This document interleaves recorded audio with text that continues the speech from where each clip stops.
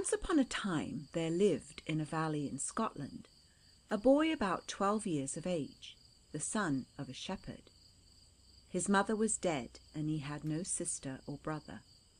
His father was out all day on the hills with his sheep, but when he came home at night he was as sure of finding the cottage neat and clean, the floor swept, a bright fire, and his supper waiting for him, as if he had had a wife and daughter to look after his household, instead of only a boy. Therefore, although Colin could only read and write, he knew nothing of figures. He was 10 times wiser and more capable of learning anything than if he had been at school all his days. He was never at a loss when anything had to be done. Somehow he always blundered into the straight road to his end, while another would be putting on his shoes to look for it. And yet all the time that he was busiest working, he was busiest building castles in the air. I think the two ought always to go together. And so Colin was never overworked, but had plenty of time to himself. In winter he spent it in reading by the fireside, or carving pieces of wood with his pocket knife, and in summer he always went out for a ramble. His great delight was in a little stream which ran down the valley from the mountains above. Up this burn he would wander every afternoon with his hands in his pockets. He never got far, however, he was so absorbed in watching its antics. Sometimes he would sit on a rock, staring at the water as it hurried through the stones, scolding, expostulating, muttering, and always having its own way. Sometimes he would stop by a deep pool and watch the crimson-spotted trouts darting about as if their thoughts and not their tails sent them where they wanted to go. And when he stopped at the little cascade, tumbling smooth and shining over a hollowed rock, he seldom got beyond it. But there was one thing which always troubled him. It was that when the stream came near the cottage, it could find no other way than through the little yard where stood the cow-house and the pigsty, and there, not finding a suitable channel, spread abroad in a disconsolate manner, becoming rather a puddle than a brook, all defiled with the treading of the cloven feet of the cow and the pigs. In fact, it looked quite lost and ruined, so that even after it had, with much labour, got out of the yard again, it took a long time to gather itself together, and not quite succeeding, slipped away as if ashamed, with spent forces and poverty-stricken speed, till at length, meeting the friendly help of a rivulet coming straight from the hills, it gathered heart and bounded on afresh. "It can't be all that the cow drinks that makes the difference," said Colin to himself. "The pigs don't care about it. I do believe it's affronted at being dashed about. The cow isn't dirty, but she's rather stupid and inconsiderate. The pigs are dirty. Something must be done. Let me see." He reconnoitred the whole ground. Upon the other side of the house all was rock, through which he could not cut, and he was forced to the conclusion that the only other course for the stream to take lay right through the cottage. To most engineers this would have appeared the one course to be avoided, but Colin's heart danced at the thought of having his dear burn running right through the house. How cool it would be all the summer, how convenient for cooking, and how handy at meals, and then the music of it! How it would tell him stories and sing him to sleep at night! What a companion it would be when his father was away! And then he could bathe in it when he liked. In winter, to be sure, but winter was a long way off. The very next day his father went to the fair, so Colin set to work at once. It was not such a very difficult undertaking, for the walls of the cottage, and the floor as well, were of clay, the former nearly sun-dried into a brick, and the latter trampled hard. But still both are saleable by pickaxe and spade. He cut through the walls and dug a channel along the floor, letting in stones in the bottom and sides. After it got out of the cottage and through the small garden in front, it should find its own way to the channel below, for here the hill was very steep. The same evening his father came home. "What have you been about, Colin?" he asked in great surprise when he saw the trench in the floor. "Wait a minute, father," said Colin, "till I have got your supper, and then I'll tell you." So when his father was seated at the table, Colin darted out, and hurrying up to the stream, broke through the bank just in the place whence a natural hollow led straight to the cottage.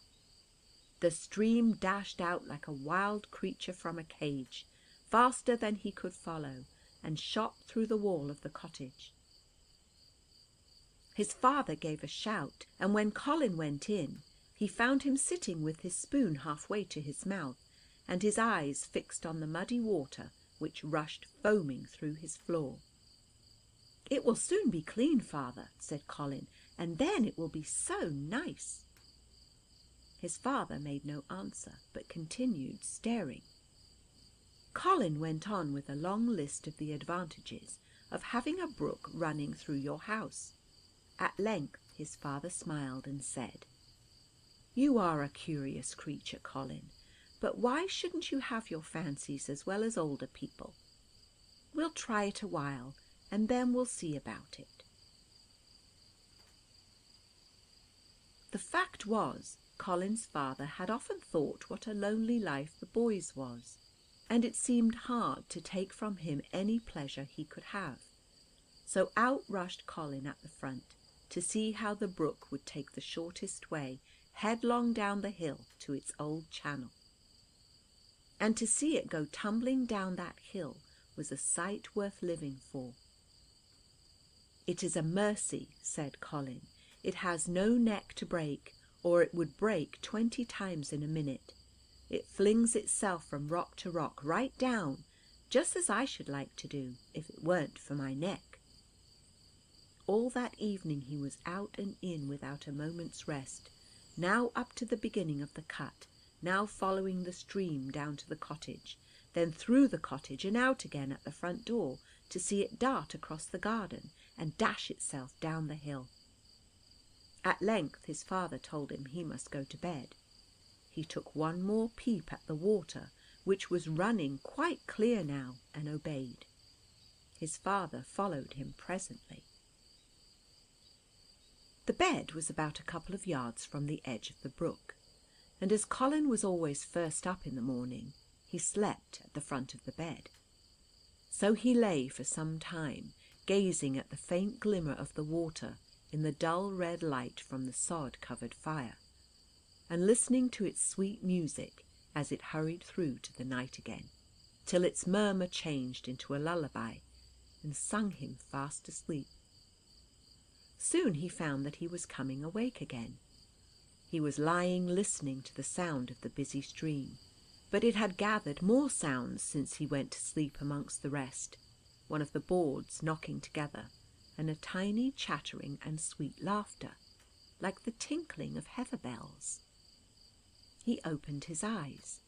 The moon was shining along the brook, lighting the smoky rafters above with its reflection from the water, which had been dammed back at its outlet from the cottage, so that it lay bank full and level with the floor, but its surface was hardly to be seen, save by an occasional glimmer, for the crowded boats of a fairy fleet which had just arrived.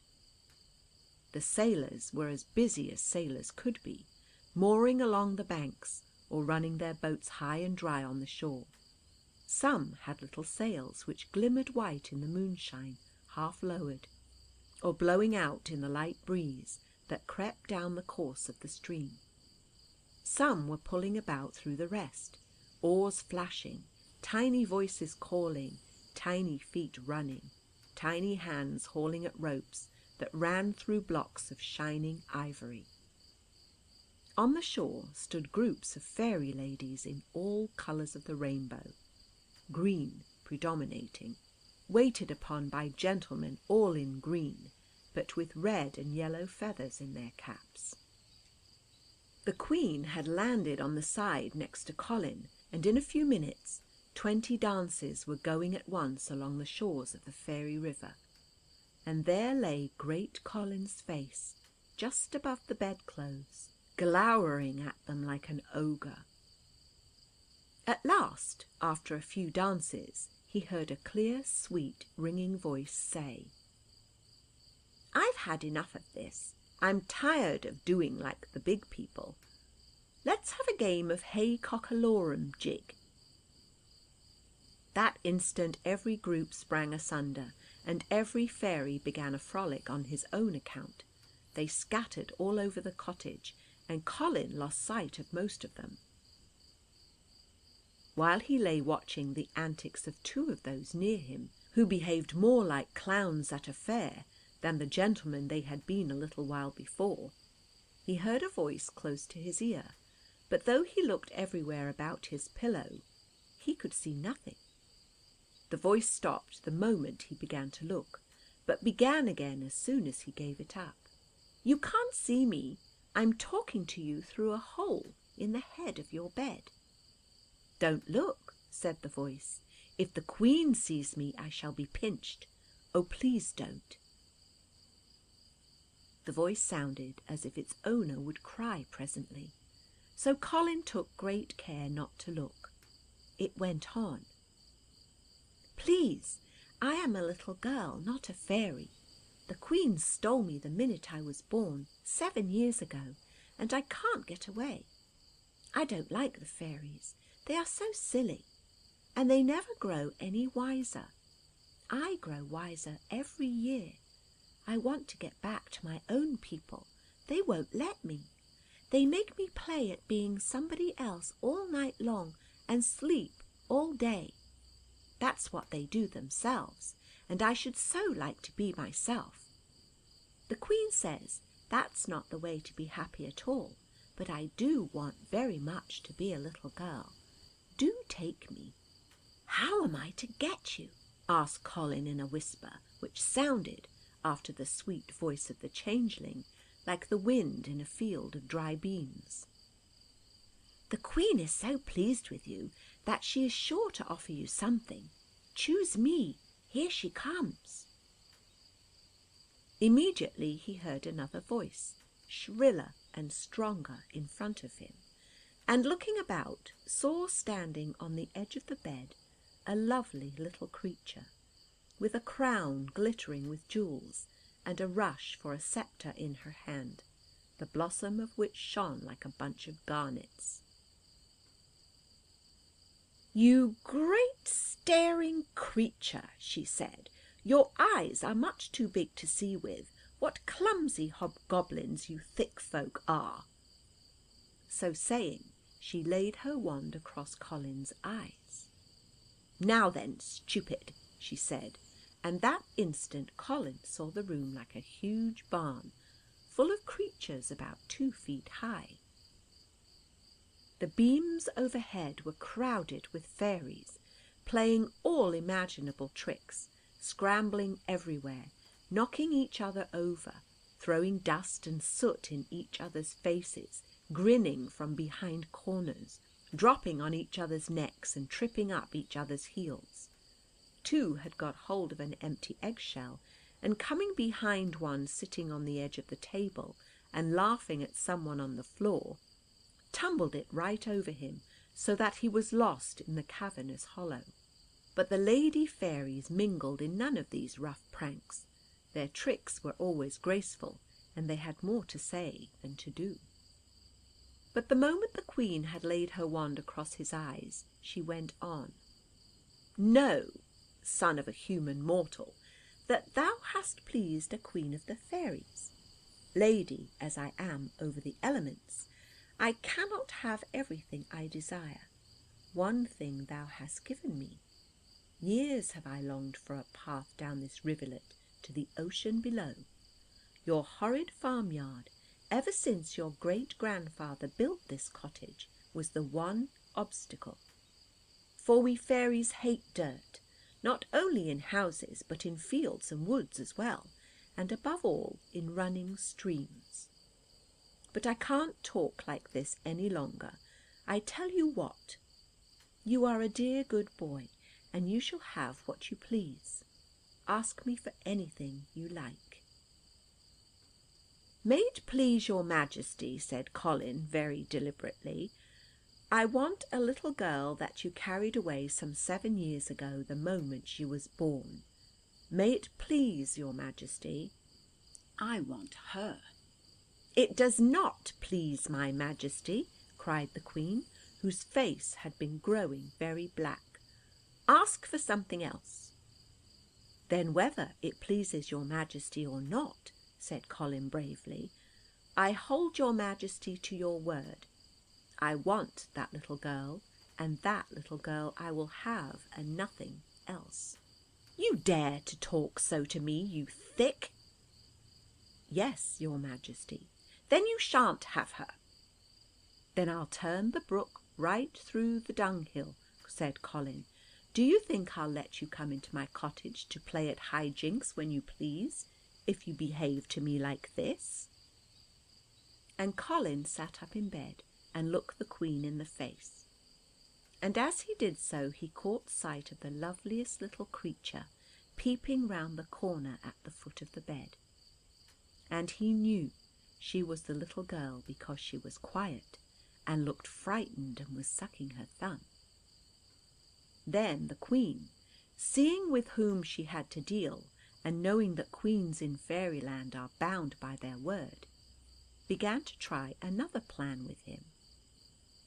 She put on her sweetest manner and looks, and as she did so the little face at the foot of the bed grew more troubled, and the little head shook itself, and the little thumb dropped out of the little mouth. "Dear Colin," said the Queen, "you shall have the girl, but you must do something for me first." The little girl shook her head as fast as ever she could, but Colin was taken up with the Queen. "To be sure I will. What is it?" he said. And so he was bound by a new bargain, and was in the Queen's power. "You must fetch me a bottle of Carasoyn," said she. "What is that?" asked Colin. "A kind of wine that makes people happy." "Why, are you not happy already?" "No, Colin," answered the Queen with a sigh. "You have everything you want." "Except the Carasoyn," returned the Queen. "You do whatever you like, and go wherever you please." "That's just it. I want something that I neither like nor please, that I don't know anything about. I want a bottle of Carasoyn." And here she cried like a spoilt child, not like a sorrowful woman. "But how am I to get it?" "I don't know. You must find out." "Oh, that's not fair," cried Colin.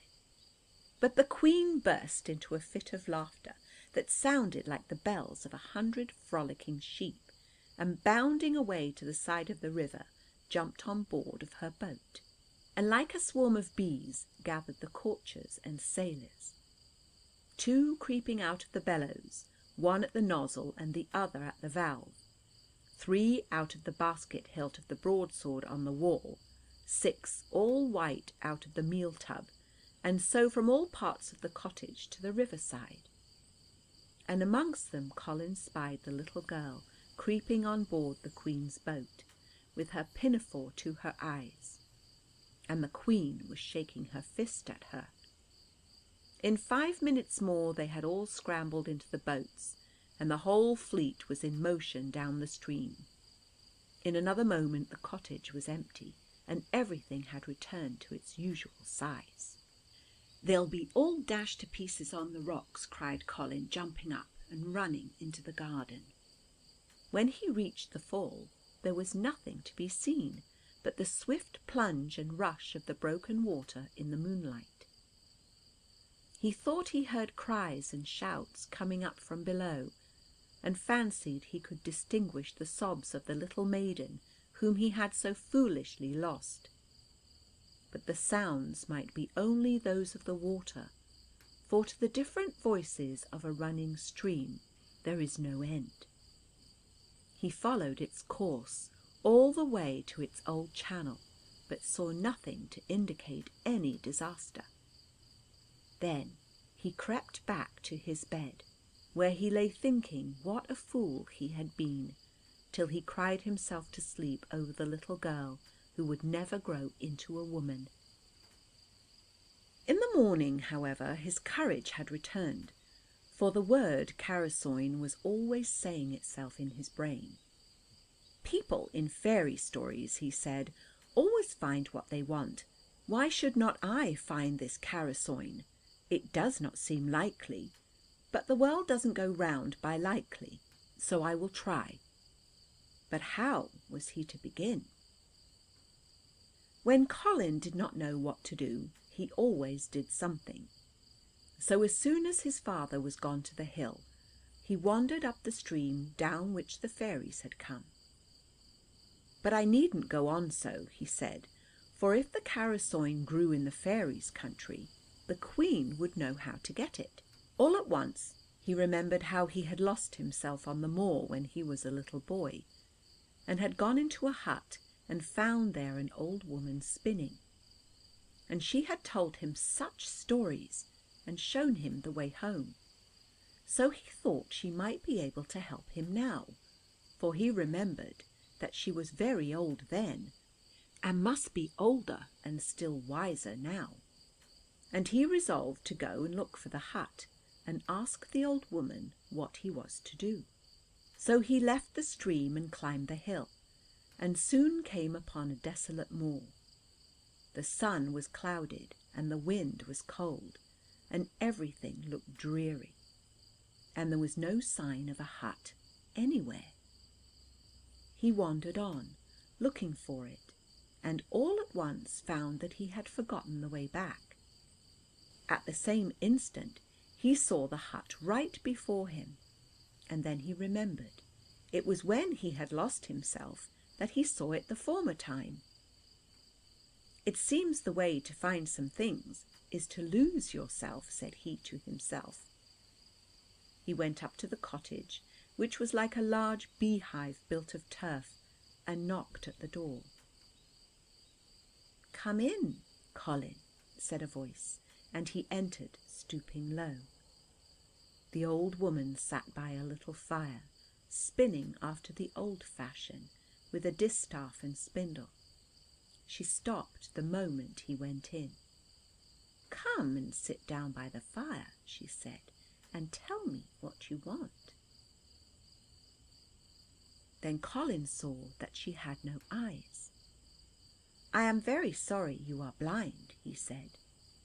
"Never you mind that, my dear. I see more than you do for all my blindness. Tell me what you want, and I shall see at least what I can do for you." "How do you know I want anything?" asked Colin. "Now that's what I don't like," said the old woman. "Why do you waste words? Words should not be wasted any more than crumbs." "I beg your pardon," returned Colin. "I will tell you all about it." And so he told her the whole story. "Oh, those children, said the old woman. "They are always doing some mischief. They never know how to enjoy themselves without hurting somebody or other. I really must give that Queen a bit of my mind. Well, my dear, I like you, and I will tell you what must be done. You shall carry the silly Queen her bottle of Carasoyn, but she won't like it when she gets it, I can tell her. That's my business. However, first of all, Colin, you must dream 3 days without sleeping. Next, you must work 3 days without dreaming. And last, you must work and dream 3 days together." "How am I to do all that?" I will help you all I can, but a great deal will depend on yourself. In the meantime, you must have something to eat." So saying, she rose, and going to a corner behind her bed, returned with a large golden-coloured egg in her hand. This she laid on the hearth, and covered over with hot ashes. She then chatted away to Colin about his father and the sheep and the cow and the housework, and showed that she knew all about him. At length she drew the ashes off the egg and put it on the plate. "It shines like silver now," said Colin. "That is a sign it is quite done," said she, and set it before him. Colin had never tasted anything half so nice, and he had never seen such a quantity of meat in an egg. Before he had finished it, he had made a hearty meal, but in the meantime the old woman said, "Shall I tell you a story while you have your dinner?" "Oh, yes, please do," answered Colin. "You told me such stories before." "Jenny," said the old woman, "my wool is all done. Get me some more." And from behind the bed out came a sober-coloured but large and beautifully shaped hen. She walked sedately across the floor, putting down her feet daintily, like a prim matron as she was, and stopping by the door, gave a cluck cluck. "Oh, the door is shut, is it?" said the old woman. "Let me open it," said Colin. "Do, my dear." "What are all those white things?" he asked, for the cottage stood in the middle of a great bed of grass with white tops. "Those are my sheep," said the old woman. "You will see." Into the grass Jenny walked, and stretching up her neck, gathered the white woolly stuff in her beak. When she had as much as she could hold, she came back and dropped it on the floor, then picked the seeds out and swallowed them, and went back for more. The old woman took the wool, and fastening it on her distaff, began to spin, giving the spindle a twirl, and then dropping it and drawing out the thread from the distaff. But as soon as the spindle began to twirl, it began to sparkle all the colours of the rainbow that it was a delight to see. And the hands of the woman, instead of being old and wrinkled, were young and long-fingered and fair, and they drew out the wool, and the spindle spun and flashed, and the hen kept going out and in, bringing wool and swallowing the seeds, and the old woman kept telling Colin one story after another, till he thought he could sit there all his life and listen. Sometimes it seemed the spindle that was flashing them, sometimes the long fingers that were spinning them, and sometimes the hen that was gathering them off the roads of the long dry grass and bringing them in her beak and laying them down on the floor. All at once the spindle grew slower and gradually ceased turning. The fingers stopped drawing out the thread, the hen retreated behind the bed, and the voice of the blind woman was silent. "I suppose it is time for me to go," said Colin. "Yes, it is," answered his hostess. "Please tell me then, how am I to dream 3 days without sleeping?" "That's over," said the old woman. "You've just finished that part. I told you I would help you all I could." "Have I been here 3 days then?" asked Colin in astonishment. "And nights too, and I and Jenny and the spindle are quite tired and want to sleep. Jenny has got 3 eggs to lay besides. Make haste, my boy." "Please, then tell me what I am to do next."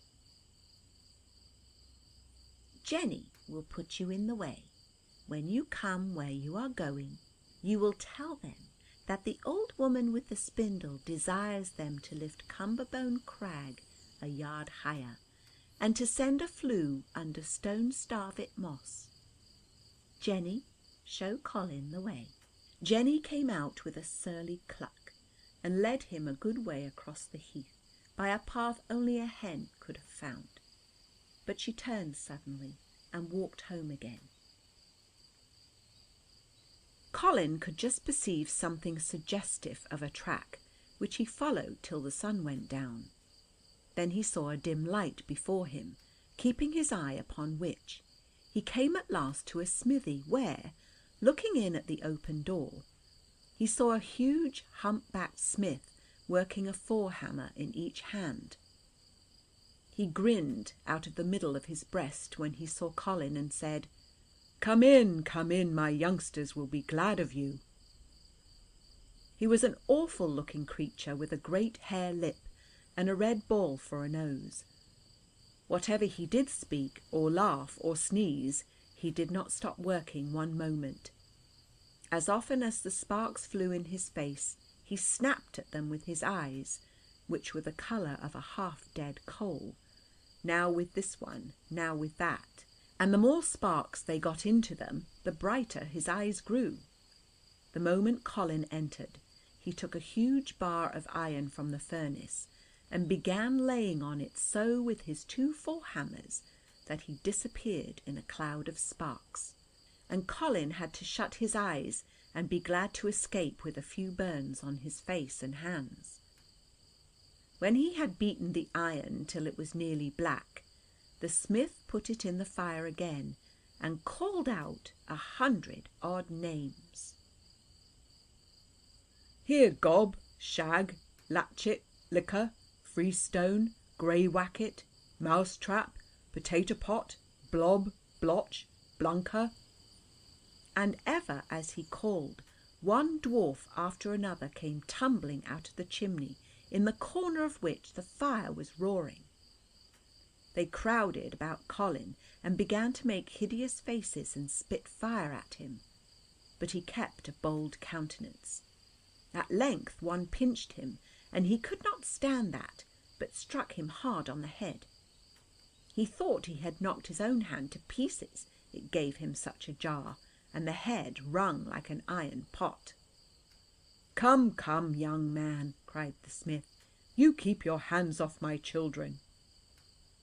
"Tell them to keep their hands off me then," said Colin, and calling to mind his message, just as they began to crowd about him again with yet more spiteful looks, he added, "Here, you imps, I won't stand it longer. Get to your work directly. The old woman with the spindle says you're to lift Cumberbone Crag a yard higher, and to send a flue under stone-starvit moss." In a moment they had vanished in the chimney. In a moment more the smithy rocked to its foundations, but the smith took no notice, only worked more furiously than ever. Then came a great crack, and a shock that threw Colin on the floor. The smith reeled, but never lost hold of his hammers or missed a blow on the anvil. "Those boys will do themselves a mischief," he said, then turning to Colin, "Here, you, sir, take that hammer. This is no safe place for idle people. If you don't work, you'll be knocked to pieces in no time." The same moment there came a wind from the chimney that blew all the fire into the middle of the smithy. The smith dashed up upon the forge and rushed out of sight. Presently he returned with one of the goblins under his arm, kicking and screaming, laid his ugly head down on the anvil where he held him by the neck, and hit him a great blow with his hammer above the ear. The hammer rebounded, and the goblin gave a shriek, and the smith flung him into the chimney, saying, "That's the only way to serve him. You'll be more careful for one while, I guess, Slobberkin." And thereupon he took up his other hammer and began to work again, saying to Colin, "Now, young man, as long as you get a blow with your hammer in for every one of mine, you'll be quite safe. But if you stop or lose the beat, I won't be answerable to the old woman with the spindle for the consequences." Colin took up the hammer and did his best, but he soon found that he had never known what it was to work. The smith worked a hammer in each hand, and it was all Colin could do to work his little hammer with both his hands, so it was a terrible exertion to put in blow for blow with the smith. Once, when he lost the time, the smith's forehammer came down on the head of his, beat it flat on the anvil, and flung the handle to the other end of the smithy, where it struck the wall like the report of a cannon. "I told you," said the smith. "There's another. Make haste, for the boys will be in want of you and me too before they get Cumberbone Crag half a foot higher." Presently in came the biggest headed of the family, out of the chimney. "6-foot wedges and a 3-yard crowbar," he said, "or Cumberbone will cumber our bones presently." The smith rushed behind the bellows, brought out a bar of iron 3 inches thick or so, cut off 3 yards, put the end in the fire, blew with might and main, and brought it out as white as paper. He and Colin then laid upon it till the end was flattened to an edge, which the smith turned up a little. He then handed the tool to the imp.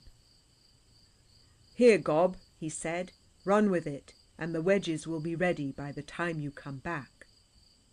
Then to the wedges they set, and Colin worked like 3. He never knew how he could work before. Not a moment's pause, except when the smith was at the forge for another glowing mass. And yet, to Colin's amazement, the more he worked, the stronger he seemed to grow. Instead of being worn out, the moment he had got his breath, he wanted to be at it again, and he felt as if he had grown twice the size since he took hammer in hand. And the goblins kept running in and out all the time, now for one thing, now for another.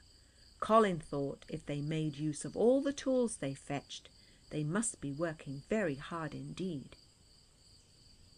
And the convulsions felt in the smithy bore witness to their exertions somewhere in the neighbourhood. And the longer they worked together, the more friendly grew the smith. At length he said his words, always adding energy to his blows.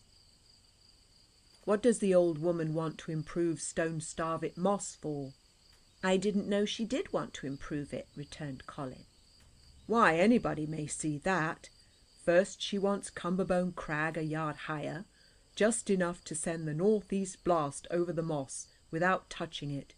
Then she wants a hot flue passed under it. Plain as a forehammer. What did you ask her to do for you? She's always doing things for people and making my bones ache." "You don't seem to mind it much, though, sir," said Colin. "No more I do," answered the smith, with a blow that drove the anvil halfway into the earth, from which it took him some trouble to drag it out again. "But I want to know what she is after now." So Colin told him all he knew about it, which was merely his own story. I see," said the smith. "It's all moonshine, but we must do as she says notwithstanding. And now it is my turn to give you a lift, for you have worked well. As soon as you leave the smithy, go straight to Stone Starvit Moss. Get on the highest part of it, make a circle 3 yards across, and dig a trench round it. I will give you a spade. At the end of the first day, you will see a vine break the earth. By the end of the second, it will be creeping all over the circle. And by the end of the 3rd day, the grapes will be ripe. Squeeze them one by one into a bottle. I will give you a bottle till it is full. Cork it up tight, and by the time the Queen comes for it, it will be Carasoyn." "Oh, thank you, cried Colin. "When am I to go?" "As soon as the boys have lifted Cumberbone Crag and bored the flue under the moss. It is of no use till then." "Well, I'll go on with my work," said Colin, and struck away at the anvil. In a minute or two in came the same goblin whose head his father had hammered, and said respectfully, "It's all right, sir. The boys are gathering their tools, and will be home to supper directly." "Are you sure you have lifted the crag a yard?" said the smith. "Slumpkin says it's a half-inch over the yard. Grungle says it's 3/4, but that won't matter, will it?" "No, I dare say not. But it is much better to be accurate. Is the flue done?" "Yes, we managed that partly in lifting the crag." "Very well. How's your head?" "It rings a little." "Let it ring you a lesson then, Slobberkin, in future." "Yes, sir." "Now, master, you may go when you like," said the smith to Colin. "With nothing here you can eat, I am sorry to say." "Oh, I don't mind that. I'm not very hungry, but the old woman with the spindle said I was to work 3 days without dreaming." "Well, you haven't been dreaming, have you?" And the smith looked quite furious as he put the question, lifting his forehammer as if he would serve Colin like Slobberkin. "No, that I haven't," answered Colin. "You took good care of that, sir." The smith actually smiled. "Then go along," he said. "It is all right." "But I've only worked—" 3 whole days and nights," interrupted the smith. "Get along with you. The boys will bother you if you don't. Here's your spade, and here's your bottle." Colin did not need a hint more, but was out at the smithy in a moment. He turned, however, to ask the way. There was nothing in sight but a great heap of peats which had been dug out of the moss and was standing there to dry. Could he be on Stone Starvet Moss already? The sun was just setting. He would look out for the highest point at once, so he kept climbing, and at last reached a spot whence he could see all round him for a long way. Surely that must be Cumberbone Crag looking down on him. And there at his feet lay one of Jenny's eggs, as bright as silver. And there was a little path trodden and scratched by Jenny's feet, enclosing a circle just the size the smith told him to make. He set to work at once, ate Jenny's egg, and then dug the trench. Those 3 days were the happiest he had ever known, for he understood everything he did himself, and all that everything was doing round about him. He saw what the rushes were, and why the blossom came out at the side, and why it was russet-coloured, and why the pitch was white and the skin green. And he said to himself, "If I were a rush now, that's just how I should make a point of growing." And he knew how the heather felt with its cold roots, and its head of purple bells, and the wise-looking cotton grass, which the old woman called her sheep, and the white beard of which she spun into thread. And he knew what she spun it for, namely, to weave it into lovely white cloth, of which to make nightgowns for all the good people that were like to die. For one with one of these nightgowns upon him never died, but was laid in a beautiful white bed, and the door was closed upon him, and no noise came near him. And he lay there, dreaming lovely cool dreams, till the world was turned round and was ready for him to get up again and do something. He felt the wind playing with every blade of grass in his charmed circle. He felt the rays of heat shooting up from the hot flue beneath the moss. He knew the moment when the vine was going to break from the earth, and he felt the juices gathering and flowing from the roots into the grapes. And all the time he seemed at home, tending the cow, or making his father's supper, or reading a fairy tale, as he sat waiting for him to come home. At length the evening of the 3rd day arrived. Colin squeezed the rich red grapes into his bottle, corked it, shouldered his spade, and turned homewards, guided by a peak which he knew in the distance. After walking all night in the moonlight, he came at length upon a place which he recognised, and so down upon the brook which he followed home. He met his father going out with his sheep. Great was his delight to see Colin again, for he had been dreadfully anxious about him. Colin told him the whole story, and as at that time marvels were much easier to believe than they are now, Colin's father did not laugh at him, but went away to the hills thinking, while Colin went on to the cottage, where he found plenty to do, having been 9 days gone. He laid the bottle carefully away with his Sunday clothes, and set about everything just as usual.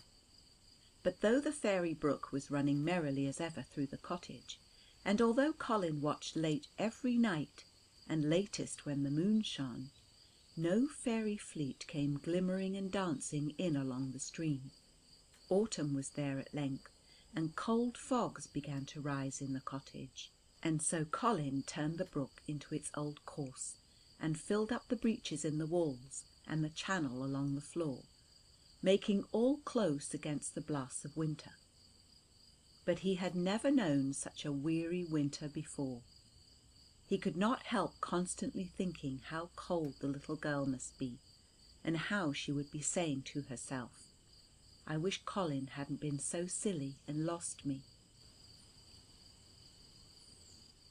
But at last the spring came, and after the spring the summer, and the very first warm day Colin took his spade and pickaxe, and down rushed the stream once more, singing and bounding into the cottage.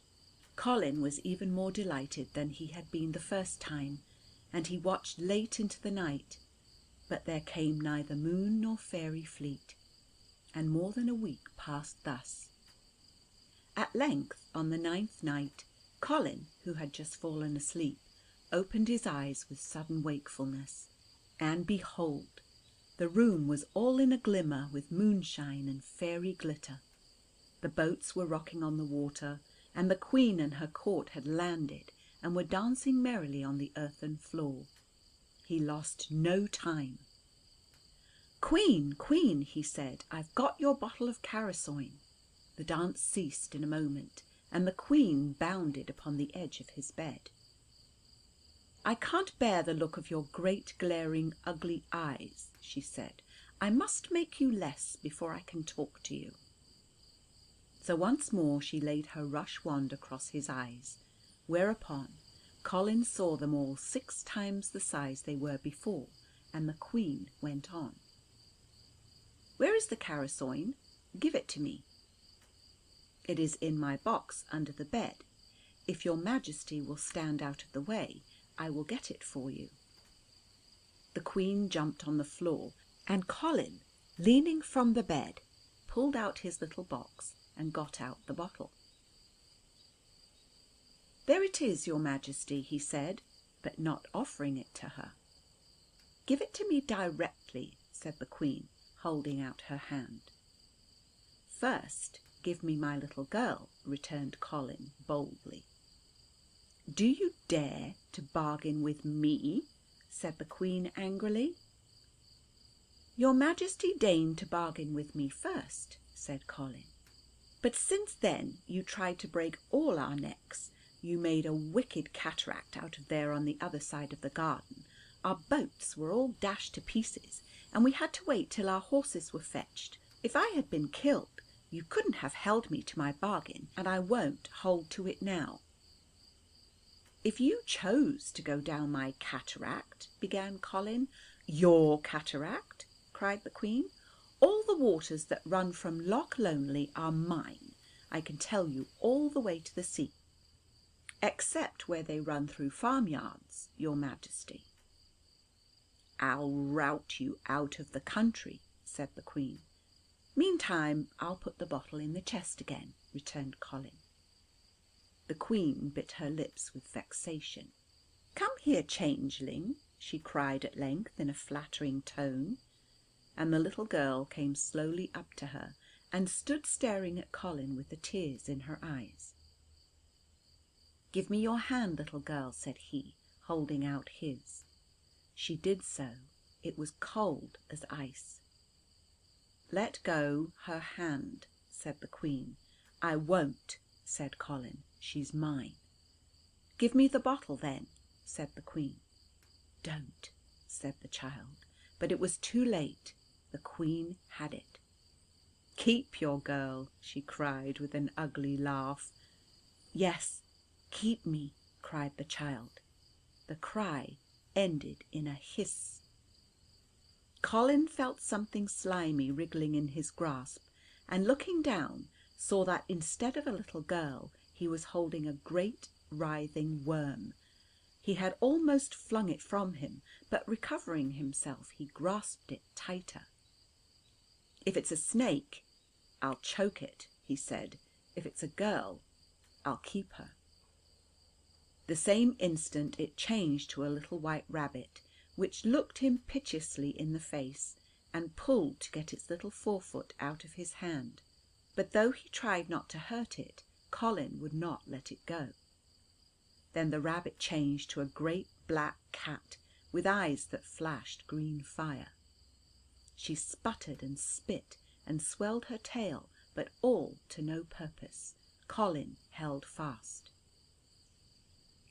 Then it was a wood pigeon, struggling and fluttering in terror to get its wing out of his hold, but Colin still held fast.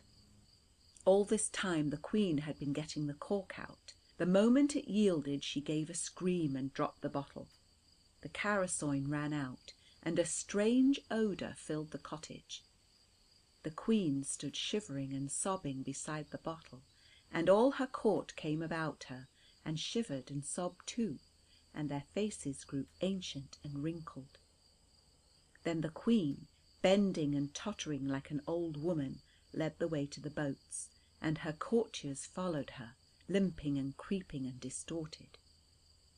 Colin stared in amazement. He saw them all go aboard, and he heard the sound of them like a far-off company of men and women crying bitterly.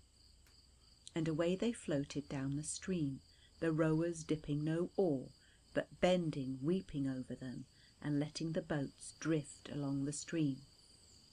They vanished from his sight, and the rush of the cataract came up on the night wind, louder than he had ever heard it before.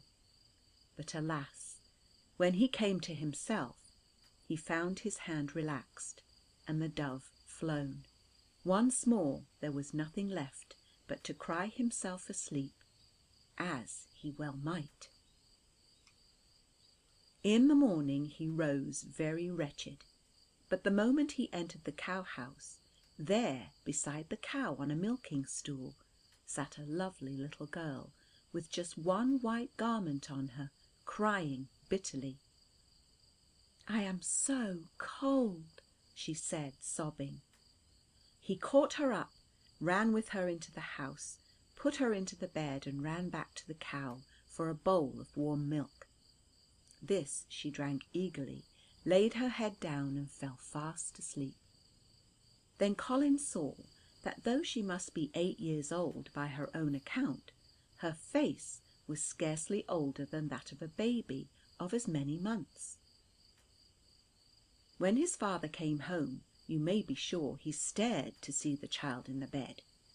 Colin told him what had happened, but his father said he had met a troop of gypsies on the hill that morning.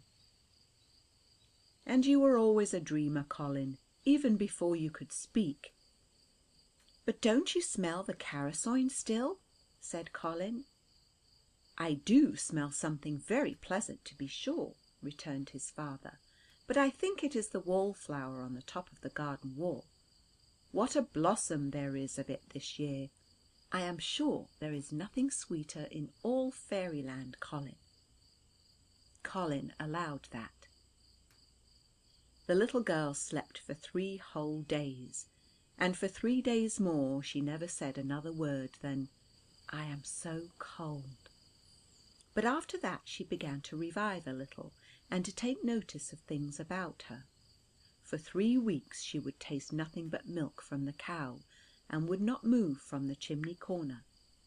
By degrees, however, she began to help Colin a little with his housework, and as she did so her face gathered more and more expression, and she made such progress that by the end of 3 months she could do everything as well as Colin himself, and certainly more neatly. Whereupon he gave up his duties to her and went out with his father to learn the calling of a shepherd. Thus things went on for 3 years, and Fairy, as they called her, grew lovelier every day, and looked up to Colin more and more every day. At the end of the 3 years his father sent him to an old friend of his, a schoolmaster. Before he left, he made Fairy promise never to go near the brook after sundown. He had turned it into its old channel the very day she came to them, and he begged his father especially to look after her when the moon was high, for then she grew very restless and strange, and her eyes looked as if she saw things other people could not see. When the end of the other 3 years had come, the schoolmaster would not let Colin go home, but insisted on sending him to college, and there he remained for 3 years more. When he returned at the end of that time, he found Fairy so beautiful and so wise that he fell dreadfully in love with her, and Fairy found out that she had been in love with him since ever so long she did not know how long, and Colin's father agreed that they should be married as soon as Colin should have a house to take her to. So Colin went away to London and worked very hard, till at last he managed to get a little cottage in Devonshire to live in. Then he went back to Scotland and married Fairy, and he was very glad to get her away from the neighbourhood of a queen who was not to be depended upon. Those fairies had for a long time been doing wicked things. They had played many ill-natured pranks upon the human mortals, had stolen children upon whom they had no claim, had refused to deliver them up when they were demanded of them, had even terrified infants in their cradles, and, final proof of moral declension in fairies, had attempted to get rid of the obligations of their word by all kinds of trickery and false logic. It was not till they had sunk thus low that their queen began to long for the Carasoyn. She, no more than if she had been a daughter of Adam, could be happy while going on in that way, and therefore, having heard of its marvellous virtues, and thinking it would stop her growing misery, she tried hard to procure it. For 100 years she had tried in vain. Not till Colin arose did she succeed. But the Carasoyn was only for really good people, and therefore, when the iron bottle which contained it was uncorked, she and all her attendants were, by the vapours thereof, suddenly changed into old men and women fairies. They crowded away weeping and lamenting, and Colin had as yet seen them no more. For when the wickedness of any fairy tribe reaches its climax, the punishment that falls upon them is that they are compelled to leave that part of the country where they and their ancestors have lived for more years than they can count, and wander away, driven by an inward restlessness, ever longing after the country they have left, but never able to turn round and go back to it, always thinking they will do so tomorrow, but when tomorrow comes, saying tomorrow again, till at last they find not their old home, but the place of their doom, that is, a place where their restlessness leaves them, and they find they can remain. This partial repose, however, springs from no satisfaction with the place. It is only that their inward doom ceases to drive them further. They sit down to weep, and to long after the country they have left.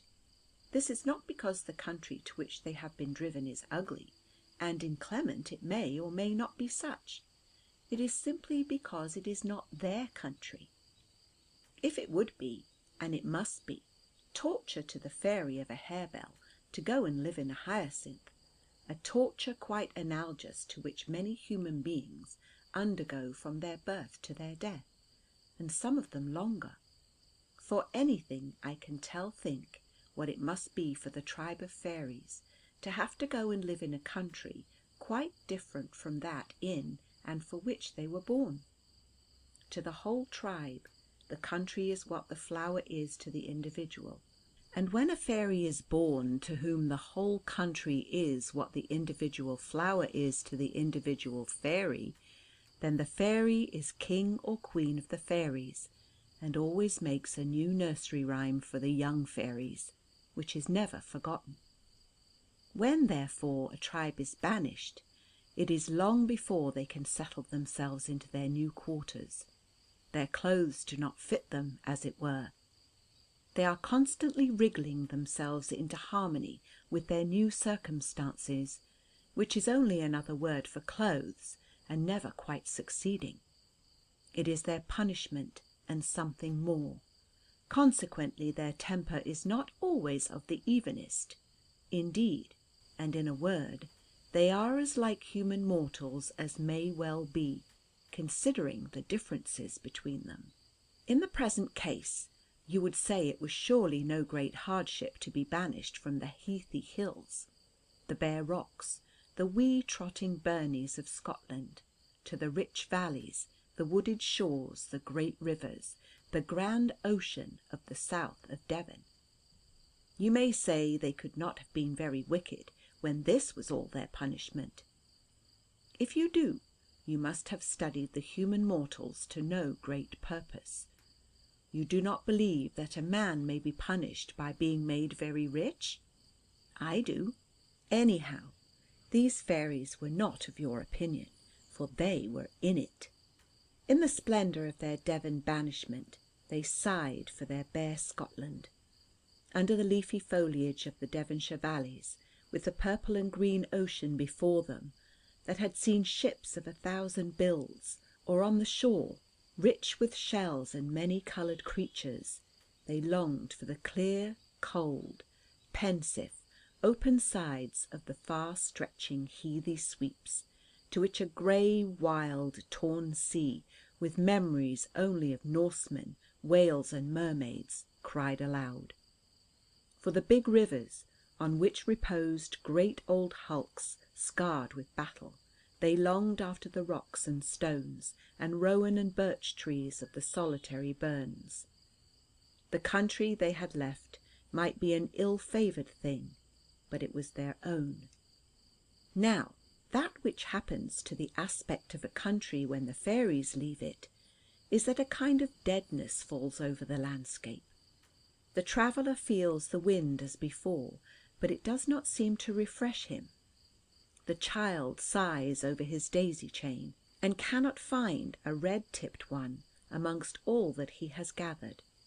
The cowslips have not half the honey in them. The wasps outnumber the bees. The horses come from the plough more tired at night, hanging their heads to their very hoofs as they plod homewards. The youth and the maiden, though perfectly happy when they meet, find the road to and from the trysting place unaccountably long and dreary. The hawthorn blossom is neither so white nor so red as it used to be, and the dark, rough bark looks through and makes it ragged. The day is neither so warm nor the night so friendly as before. In a word, that something which no one can describe or be content to go without is missing. Everything is commonplace. Everything falls short of one's expectations. But it does not follow that the country to which the fairies are banished is so much richer and more beautiful for their presence.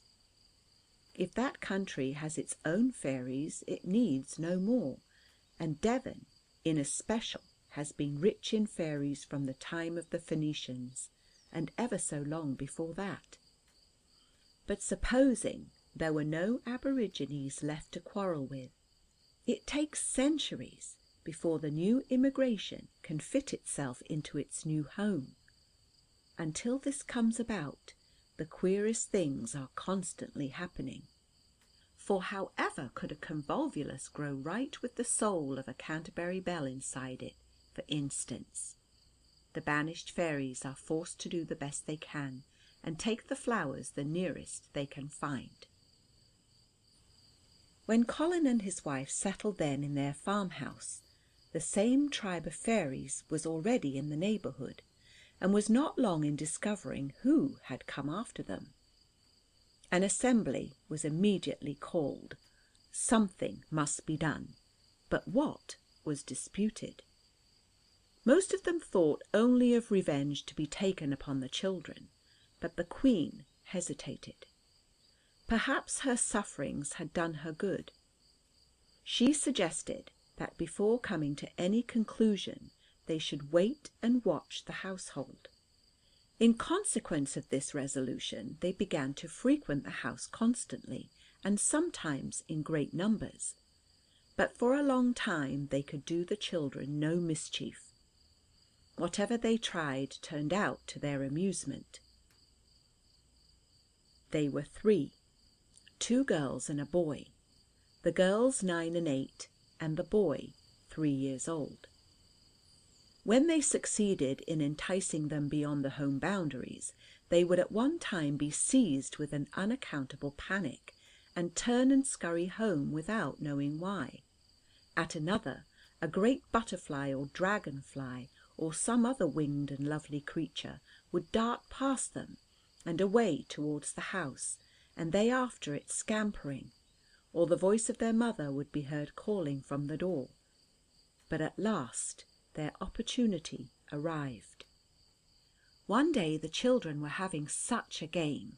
The sisters had blindfolded their little brother, and were carrying him now on their backs, now in their arms, all about the place, now up the stairs, talking about the rugged mountain paths they were climbing, now down again, filling him with the fancy that they were descending into a narrow valley. Then they would set the tap of a rain-water barrel running, and represent that they were travelling along the bank of a rivulet. Now they were threading the depths of a great forest, and when the low of a cow reached them from the nigh field, that was the roaring of a lion or a tiger. At length they reached a lake, into which the rivulet ran, and then it was necessary to take off his shoes and socks, that he might skim over the water on his bare feet, which they dipped and dabbled now in this tub, now in that, standing for farm and household purposes by the water-butt. The sisters kept their own imaginations alive by carrying him through all the strange places inside and outside of the house.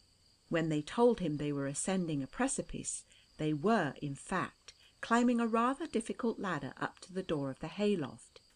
When they told him they were traversing a pathless desert, they were, in fact, in a vast empty place, a wide floor, used sometimes as a granary, with the rafters of the roof coming down to it on both sides, a place abundantly potent in their feelings to the generation of the desert in his.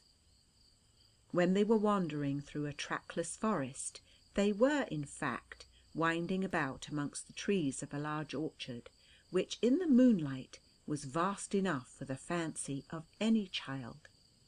Had they uncovered his eyes at any moment, he would only have been seized with a wonder and awe of another sort, more overwhelming because more real, and more strange because not even in part bodied forth from his own brain. In the course of the story, and while they bore the barefooted child through the orchard, telling him they saw the fairies gliding about everywhere through the trees, not thinking that he believed every word they told him, they set him down, and the child suddenly opened his eyes. His sisters were gone. The moon was staring at him out of the sky, through the mossy branches of the apple trees, which he thought looked like old women all about him, they were so thin and bony. When the sisters, who had only for a moment run behind some of the trees, that they might cause him additional amazement, returned, he was gone. There was terrible lamentation in the house, but his father and mother, who were experienced in such matters, knew that the fairies must be in it, and cherished a hope that their son would yet be restored to them, though all their endeavours to find him were unavailing. The father thought over many plans, but never came upon the right one. He did not know that they were the same tribe which had before carried away his wife when she was an infant. If he had, they might have done something sooner. At length one night, towards the close of 7 years, about 12 o'clock, Colin suddenly opened his eyes, for he had been fast asleep and dreaming, and saw a few grotesque figures which he thought he must have seen before, dancing on the floor between him and the nearly extinguished fire. One of them had a violin, but when Colin first saw him he was not playing. Another of them was singing, and thus keeping the dance in time. This was what he sang, evidently addressed to the fiddler who stood in the centre of the dance. Peterkin, Peterkin, tall and thin, what have you done with his cheek and his chin? What have you done with his ear and his eye? Hearken, hearken, and hear him cry. Here Peterkin put his fiddle to his neck, and drew from it a wail just like the cry of a child, at which the dancers danced more furiously. Then he went on playing the tune the other had just sung, in accompaniment to his own reply. Silver snout, short and stout, I have cut them off and plucked them out, and salted them down in the Kelpie's pool, because Papa Colin is such a fool. Then the fiddle cried like a child again, and they danced more wildly than ever. Colin, filled with horror, although he did not more than half believe what they were saying, sat up in bed and stared at them with fierce eyes, waiting to hear what they would say next. Silver Snout now resumed his part. Ho, ho, ho, ho, and if he don't know, and fished them out of the pool so. Here they all pretended to be hauling in a net as they danced. Before the end of the 7 long years, sweet babe will be left without eyes or ears. Then Peterkin replied, sweet babe will be left without cheek or chin, only a hole to put porridge in, porridge and milk and haggis and cakes, sweet babe will gobble till his stomach aches. From this last verse Colin knew that they must be Scotch fairies, and all at once recollected their figures as belonging to the multitude he had once seen frolicking in his father's cottage. It was now Silver Snout's turn. He began, but never more shall Colin see sweet babe again upon his knee, with or without his cheek or chin, except. Here Silver Snout caught sight of Colin's face, staring at him from the bed, and with a shriek of laughter they all vanished, the tones of Peterkin's fiddle trailing after them through the darkness like the train of a shooting star. Now Colin had got the better of these fairies once, not by his own skill, but by the help that other powers had afforded him. What were those powers? First, the old woman on the heath. Indeed, he might attribute it all to her. He would go back to Scotland and look for her and find her.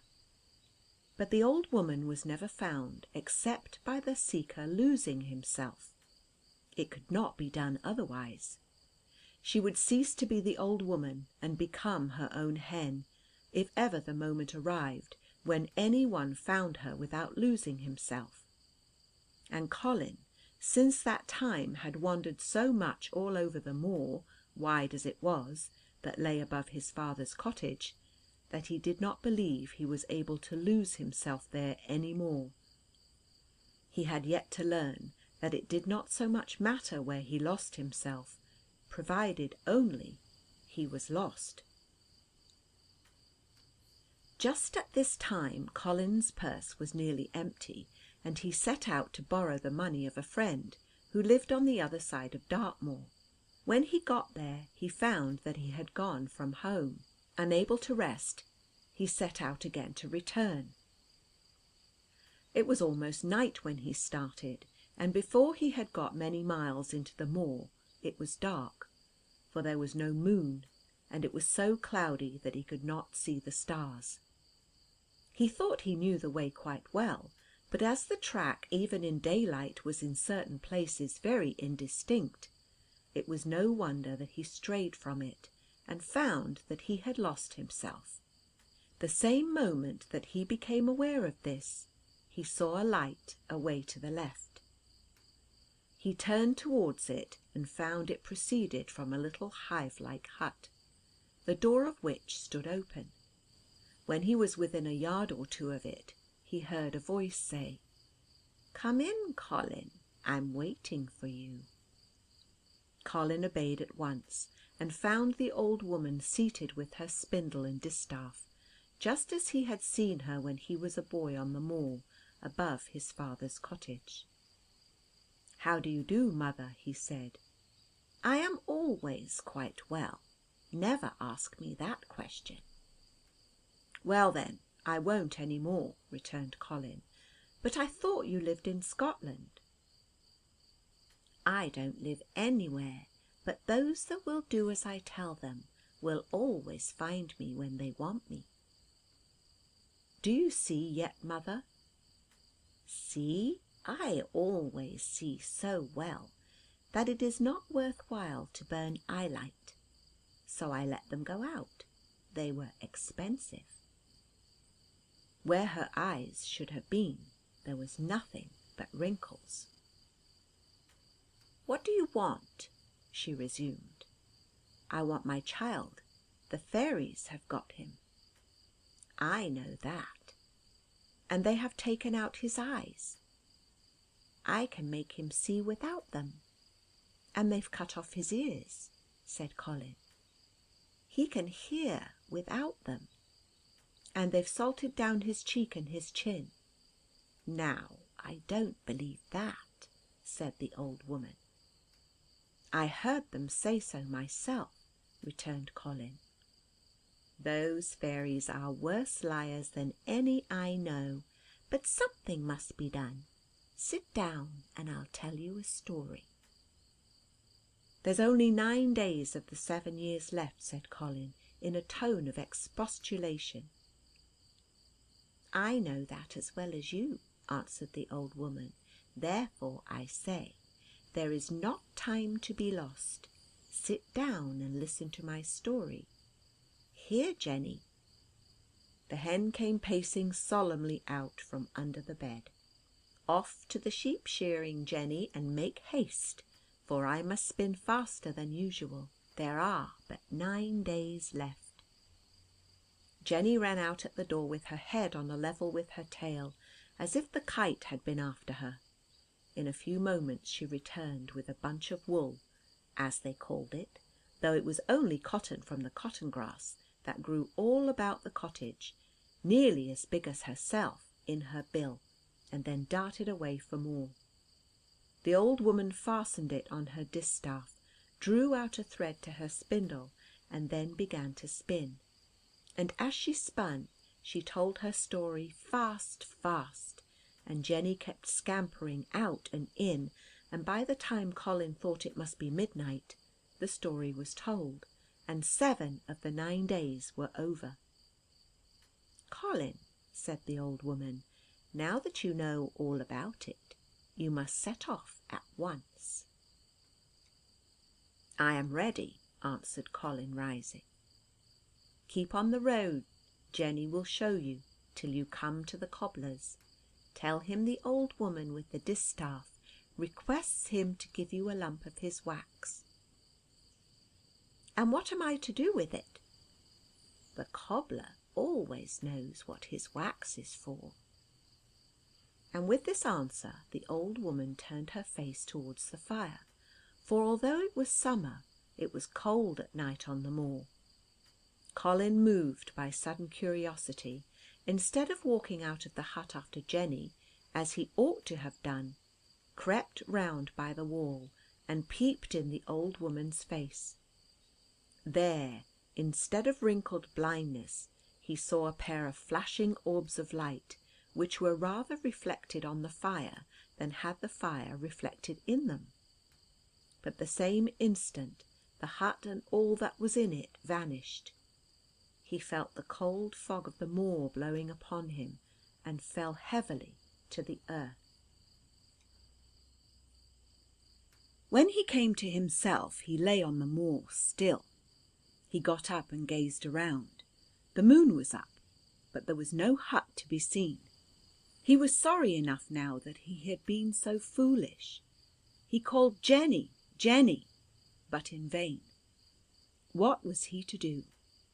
Tomorrow was the 8th of the 9 days left, and if before 12 at night the following day he had not rescued his boy, nothing could be done, at least for 7 years more. True, the year was not quite out till about 7 the following evening, but the fairies, instead of giving days of grace, always take them. He could do nothing but begin to walk, simply because that gave him a shadow more of a chance of finding the cobblers than if he sat still. But there was no possibility of choosing one direction rather than another. He wandered the rest of that night and the next day. He could not go home before the hour when the cobbler could no longer help him. Such was his anxiety that although he neither ate nor drank, he never thought of the cause of his gathering weakness. As it grew dark, however, he became painfully aware of it, and was just on the point of sitting down exhausted upon a great white stone that looked inviting, when he saw a faint glimmering in front of him. He was erect in a moment, and making towards the place. As he drew near, he became aware of a noise made up of many smaller noises, such as might have proceeded from some kind of factory. Not till he was close to the place could he see that it was a long, low hut, with one door and no windows. The light shone from the door, which stood wide open. He approached and peeped in. There sat a multitude of cobblers, each on his stool, with his candle stuck in the hole in the seat, cobbling away. They looked rather like little men, though not at all of fairy size. The most remarkable thing about them was that at any given moment they were all doing precisely the same thing, as if they had been a piece of machinery. When one drew the threads in stitching, they all did the same. If Colin saw one wax his thread and looked up, he saw that they were all waxing their thread. If one took to hammering on his lapstone, they did not follow his example, but all together with him they caught up their lapstones and fell to hammering away, as if nothing but hammering could ever be demanded of them. And when he came to look at them more closely, he saw that every one was blind of an eye, and had a nose turned up like an awl. Every one of them, however, looked different from the rest, notwithstanding a very close resemblance in their features. The moment they caught sight of him, they rose as one man, pointed their awls at him, and advanced towards him like a closing bush of aloes, glittering with spikes. "Fine upper leathers," said one and all, with a variety of accordant grimaces. "Top of his head good paste bowl," was the next general remark. "Coarse hair, good ends," followed. "Sinews, good thread. Bones and blood, good, paste for 7 leaguers. Ears, good, loops to pull 'em on with, pair short now. Soles, same for queen's slippers." And so on they went, portioning out his body in the most irreverent fashion for the uses of their trade, till having come to his teeth and said, "Teeth good, brads," they all gave a shriek like the whisk of the waxed threads through the leather, and sprung upon him with their awls drawn back like daggers. There was no time to lose. "The old woman with the spindle," said Colin. "Don't know her," shrieked the cobblers. "The old woman with the distaff," said Colin, and they all scurried back to their seats and fell to hammering vigorously. "She desired me," continued Colin, "to ask the cobbler for a lump of his wax." Every one of them caught up his lump of wrought rosin and held it out to Colin. He took the one offered by the nearest and found that all their lumps were gone, after which they sat motionless and stared at him. "But what am I to do with it?" asked Colin. "I will walk a little way with you," said the one nearest, "and tell you all about it. The old woman is my grandmother, and a very worthy old soul she is." Colin stepped out at the door of the workshop, and the cobbler followed him. Looking round, Colin saw all the stools vacant, and the place as still as an old churchyard. The cobbler, who now in his talk, gestures, and general demeanour appeared a very respectable, not to say conventional, little man, proceeded to give him all the information he required, accompanying it with the present of one of his favourite awls. They walked a long way, till Colin was amazed to find that his strength stood out so well, but at length the cobbler said, "I see, sir, that the sun is at hand. I must return to my vocation. When the sun is once up, you will know where you are." He turned aside a few yards from the path and entered the open door of a cottage. In a moment the place resounded with the soft hammering of 313 cobblers, each with his candle stuck in a hole in the stool on which he sat. While Colin stood gazing in wonderment, the rim of the sun crept up above the horizon, and there the cottage stood, white and sleeping, while the cobblers, their lights, their stools, and their tools had all vanished. Only there was still the sound of the hammers ringing in his head, where it seemed to shape itself into words something like these. A good deal had to give way to the rhyme, for they were more particular about their rhymes than their etymology. Dub-a-dub, dub-a-dub, cobbler's man, hammer it, stitch it as fast as you can. The week-day ogre is wanting his boots, the trip-a-trap fairy is going barefoots. Dream daughter has worn out her heels and her toeses, for want of cork slippers to walk over noses. Spark-eye the smith may shoe the nightmare, the kelpie and pookie the 9-footed bear. We shoe the mermaids, the tips of their tails, stitching the leather onto their scales. We shoe the brownie, clumsy and toeless, and then he goes quiet as a mole or a molus. There is but one creature that we cannot shoe, and that is the boneless, all made of glue. A great deal of nonsense of this sort went through Colin's head before the sounds died away. Then he found himself standing in the field outside his own orchard. The evening arrived. The sun was going down over the sea, cloudless, casting gold from him lavishly, when Colin arrived on the shore at some distance from his home. The tide was falling, and a good space of sand was uncovered and lay glittering in the setting sun. This sand lay between some rocks and the sea, and from the rocks innumerable runners of water that had been left behind in their hollows were hurrying back to their mother.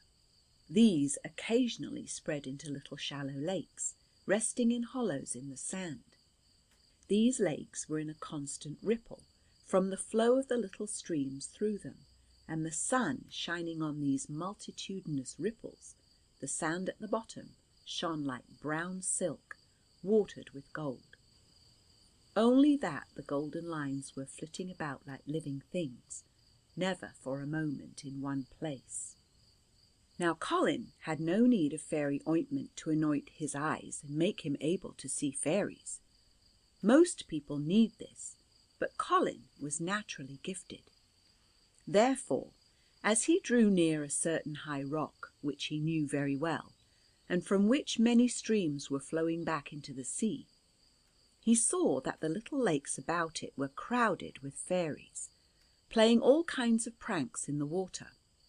It was a lovely sight to see them thus frolicking in the light of the setting sun, in their gay dresses, sparkling with jewels, or what looked like jewels, flashing all colours as they moved. But Colin had not much time to see them, for the moment they saw him, knowing that this was the man whom they had wronged by stealing his child, and knowing too that he saw them, they fled at once up the high rock and vanished. This was just what Colin wanted. He went all round and round the rock, looked in every direction in which there might be a pool, found more fairies here and there, who fled like the first up the rock and disappeared. When he had thus driven them all from the sands, he approached the rock, taking the lump of cobbler's wax from his pocket as he went. He scrambled up the rock, and without showing his face, put his hand on the uppermost edge of it, and began drawing a line with the wax all along.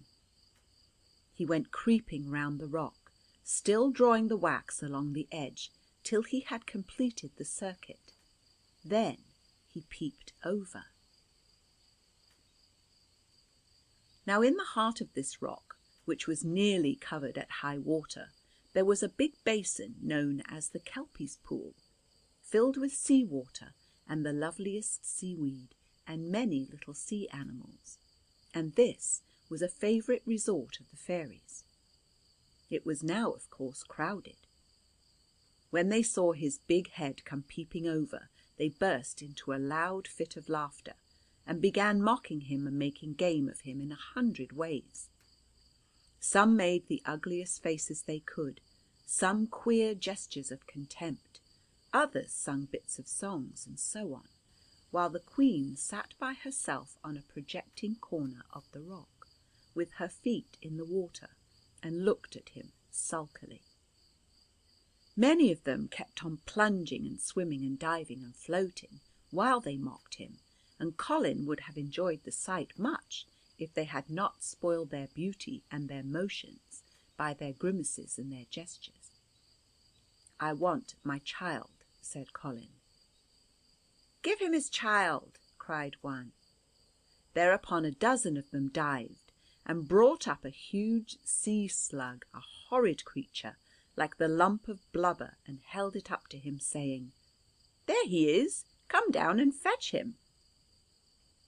Others offered him a blue lobster, struggling in their grasp, others a spider crab, others a whelk, while some of them sung mocking verses, each capping the line the other gave. At length they lifted a dreadful object from the bottom. It was like a baby with his face half eaten away by the fishes, only that he had a huge nose like the big toe of a lobster. But Colin was not to be taken in. "Very well, good people," he said, "I will try something else." He crept down the rock again, took out the little cobbler's awl, and began boring a hole. It went through the rock as if it had been butter, and as he drew it out the water followed in a far-reaching spout. He bored another, and went on boring till there were 313 spouts gushing from the rock, and running away in a strong little stream towards the sea. He then sat down on a ledge at the foot of the rock and waited. By and by he heard a clamour of little voices from the basin. They had found that the water was getting very low, but when they discovered the holes by which it was escaping, "He's got Dottlecob's awl! He's got Dottlecob's awl!" they cried with one voice of horror. When he heard this, Colin climbed the rock again to enjoy their confusion. But here I must explain a little. In the former part of this history I showed how fond these fairies were of water, But the fact was they were far too fond of it. It had grown a thorough dissipation with them. Their business had been chiefly to tend and help the flowers in which they lived, and to do good offices for everything that had any kind of life about them. Hence their name of good people. But from finding the good the water did to the flowers, and from sharing in the refreshment it brought them, flowing up to them in tiny runners through the veins of the plants, they had fallen in love with the water itself, for its own sake, or rather for the pleasure it gave to them, irrespective of the good it was to the flowers which lived upon it. So they neglected their business, and took to sailing on the streams and plunging into every pool they could find. Hence the rapidity of their decline and fall. Again, on coming to the sea-coast, they had found that the salt water did much to restore the beauty they had lost by partaking of the Carasoyn. Therefore, they were constantly on the shore, bathing for ever in the water, especially that left in this pool by the ebbing tide, which was particularly to their taste, till at last they had grown entirely dependent for comfort on the sea-water, and, they thought, entirely dependent on it for existence also, at least such existence as was in the least worth possessing. Therefore, when they saw the big face of Colin peering once more over the ledge, they rushed at him in a rage, scrambling up the side of the rock like so many mad beetles. Colin drew back and let them come on. The moment the foremost put his foot on the line that Colin had drawn around the rock, he slipped and tumbled backwards, head over heels into the pool, shrieking, "He's got Dottlecob's wax!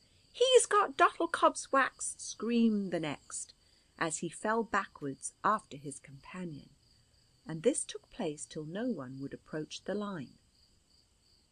In fact, no fairy could keep his footing on the wax, and the line was so broad, for as Colin rubbed it, it had melted and spread that not one of them could spring over it. The Queen now rose. "What do you want, Colin?" she said. "I want my child, as you know very well," answered Colin. "Come and take him," returned the Queen, and sat down again, not now with her feet in the water, for it was much too low for that. But Colin knew better. He sat down on the edge of the basin. Unfortunately, the tail of his coat crossed the line. In a moment, 6 of the fairies were out of the circle. Colin rose instantly, and there was not much harm done, for the multitude was still in prison. The water was nearly gone, beginning to leave the very roots of the long tangles uncovered. At length the Queen could bear it no longer. "Look here, Colin," she said, "I wish you well." And as she spoke, she rose and descended the side of the rock towards the water, now far below her. She had to be very cautious too, the stones were so slippery, though there was none of Dottlecob's wax there. About half-way below where the surface of the pool had been, she stopped and pushed a stone aside. Colin saw what seemed the entrance to a cave inside the rock. The Queen went in. A few moments after she came out wringing her hands. "Oh dear, what shall I do?" she cried. "You horrid, thick people will grow so. He's grown to such a size that I can't get him out." "Will you let him go if I get him out?" asked Colin. I will. We shall all be starved to death for want of sea-water if I don't," she answered. "Swear by the cobbler's awl and the cobbler's wax," said Colin. "I swear," said the Queen. "By the cobbler's awl and the cobbler's wax," insisted Colin. "I swear by the cobbler's awl and the cobbler's wax," returned the Queen. "In the name of your people?" "In the name of my people," said the Queen, "that none of us here present will ever annoy you or your family hereafter." "Then I'll come down," said Colin, and jumped into the basin. With the cobbler's awl he soon cleared a big opening into the rock, for it bored and cut it like butter. Then out crept a beautiful boy of about 10 years old into his father's arms, with eyes and ears and chin and cheek all safe and sound, and he carried him home to his mother. It was a disappointment to find him so much of a baby at his age, but that fault soon began to mend, and the house was full of jubilation, and little Colin told them the whole story of his sojourn among the fairies. And it did not take so long as you would think, for he fancied he had been there only about a week.